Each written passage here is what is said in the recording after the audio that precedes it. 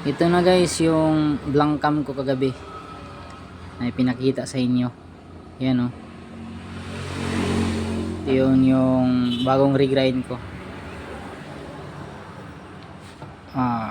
Tapos ito yung kagabi. Medyo madali ko lang to ginawa. Ito halos buong araw. Kasi baka magkamali tayo, nag-iisa na lang kasi ito eh.